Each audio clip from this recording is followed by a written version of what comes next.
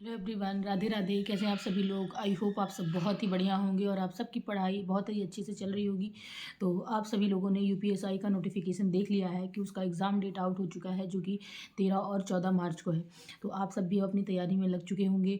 तो अब मैं अपनी तैयारी कैसे करने वाली हूँ, क्योंकि मेरा जो है साथ साथ टीचिंग एग्ज़ाम चल रहा है, यानी केवीएस का, एनवीएस का और ईएमआरएस का और एलटी ग्रेड का, ये मेरा साथ साथ में चल रहा है। तो मुझे अपने टाइम को बहुत ही अच्छे से मैनेज करना पड़ेगा। बहुत सारी चीज़ें हैं क्योंकि हम उसको भी नहीं छोड़ सकते। तो मैंने सारा फॉर्म ये भर रखा है और अभी 13 को ईएमआरएस का पेपर है, तो मुझे कम टाइम मिल पाएगा यूपीएसआई के लिए, लेकिन आप लोग के पास पूरा टाइम है। तो आप लोग कोशिश यही करिए कि सबसे पहला काम आपका फोकस होना चाहिए कि आपको अपना सिलेबस कंप्लीट करना है। आप पार्ट वाइज में चीज़ों को डिवाइड कर लीजिए कि सबसे पहले आप पूरे इस दिसंबर में जिसका जो सिलेबस बचा हुआ है अच्छे से सिलेबस कंप्लीट कर लीजिए, और जिनका सिलेबस कंप्लीट हो चुका है तो उनके लिए बढ़िया है कि वो अपना रिवीजन करें। मेरा में क्या है कि मैं अब नया सिलेबस जो नया स्टार्ट कुछ नहीं करने वाली हूँ। मेरा जैसे हिंदी कंप्लीट है, रीजनिंग कंप्लीट हो गया है, हिस्ट्री कंप्लीट है, ज्योग्राफी बची हुई है, बाकी जो जो कंप्लीट है, पॉलिटी कंप्लीट है। तो मैं उसका केवल रिवीजन पे फोकस करने वाली हूँ। जो भी टाइम मुझे अपने एग्ज़ाम के साथ साथ मिल रहा है, जितने टाइम मैं उसको दूंगी उतना ही टाइम मैं इधर भी दूंगी, क्योंकि बहुत ही ज़्यादा अब टाइम को मुझे इंक्रीज़ करना पड़ेगा और मैनेज भी करना पड़ेगा कि मैं अपना जो है टाइम, आधा टाइम दूंगी इधर यूपीएसआई के लिए, जिसमें मुझे केवल रिवीजन करना है। मैं नया नहीं पढ़ने वाली हूँ, रिवीजन करूँगी और क्वेश्चन प्रैक्टिस करूँगी। और मेरा ऐसे चैप्टर वाइज रिवीजन रहेगा। तो आप लोग जिनका रिवीजन है तो वो साथ साथ में आराम से मेरे साथ रिवीजन कर सकते हैं। मैं पूरा हिंदी में भी कंप्लीट हुई है, तो हिंदी में भी क्या करूँगी, फर्स्ट चैप्टर से जैसे उसका रिवीजन करूँगी, तुरंत उसका चैप्टर वाइज मॉक लगा के ख़त्म। कम से कम 100 से 150 क्वेश्चन ऐसे जो उस चैप्टर से एक भी क्वेश्चन ना फंसे। जो फंसेंगे वही मैं केवल देखूंगी, बाकी नहीं। जो मुझे लगता है कि जो चीज़ें मुझे डाउट करेंगी, तो मैं अपनी एक डाउट कॉपी रखने वाली हूँ, जिसमें मैं लिख लूँगी, जो लास्ट टाइम मुझे बहुत हेल्प करेगी। तो आप लोग को भी ऐसे ही करना है कि अगर आपने पढ़ रखा है, आपका सिलेबस कंप्लीट है, तो दोबारा आपको उस पर टाइम वेस्ट करने की ज़रूरत नहीं है, कुछ नया स्टार्ट करने की ज़रूरत नहीं है। आपका सिलेबस कंप्लीट है तो बस आप रिवीजन करिए। तो मेरा भी बस रिवीजन ही चलने वाला है। ज्योग्राफी जो बचा हुआ है उसको मैं कंप्लीट करूँगी, और दिसंबर तक मेरी जो जो चीज़ें बची हुई हैं, एक दो चीज़ें जो बची हुई हैं, उसको अच्छे से पूरा कंप्लीट करके ख़त्म कर लूँगी। उसके बाद जिसे पूरा जनवरी में केवल प्रैक्टिस और test, practice test, mock test.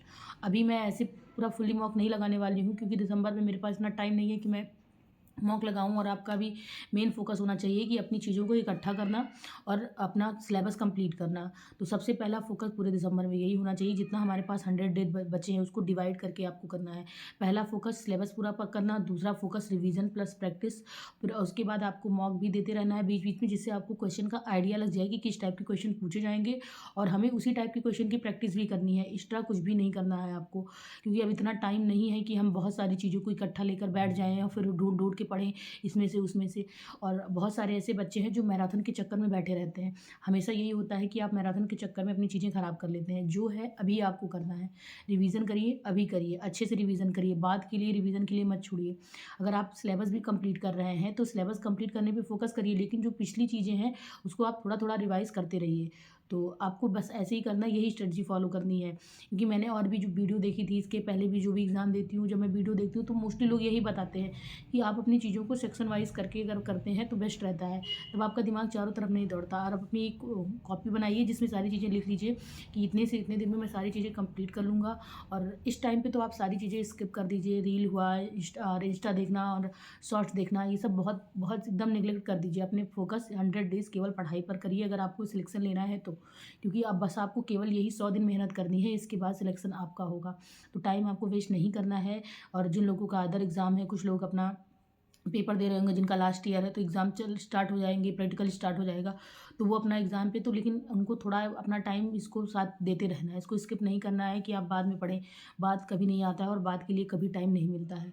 तो मैं अपनी तरफ से अपना पूरा कोशिश करूँगी कि मैं जितना मुझे जैसे जितना टाइम मिल पाता है मैं इसको भी दूँगी, और मैं अपने टीचिंग एग्ज़ाम को इधर दूँगी। तो मेरा दो तीन चीज़ें साथ ही चल रही हैं, तो दिक्कत तो बहुत ज़्यादा है साथ में करने में, लेकिन करना तो पड़ेगा, मैंने सो करना पड़ेगा ही। और चीज़ों को करना है, अगर सिलेक्शन लेना है तो डबल मेहनत, ट्रिपल मेहनत करनी ही पड़ेगी।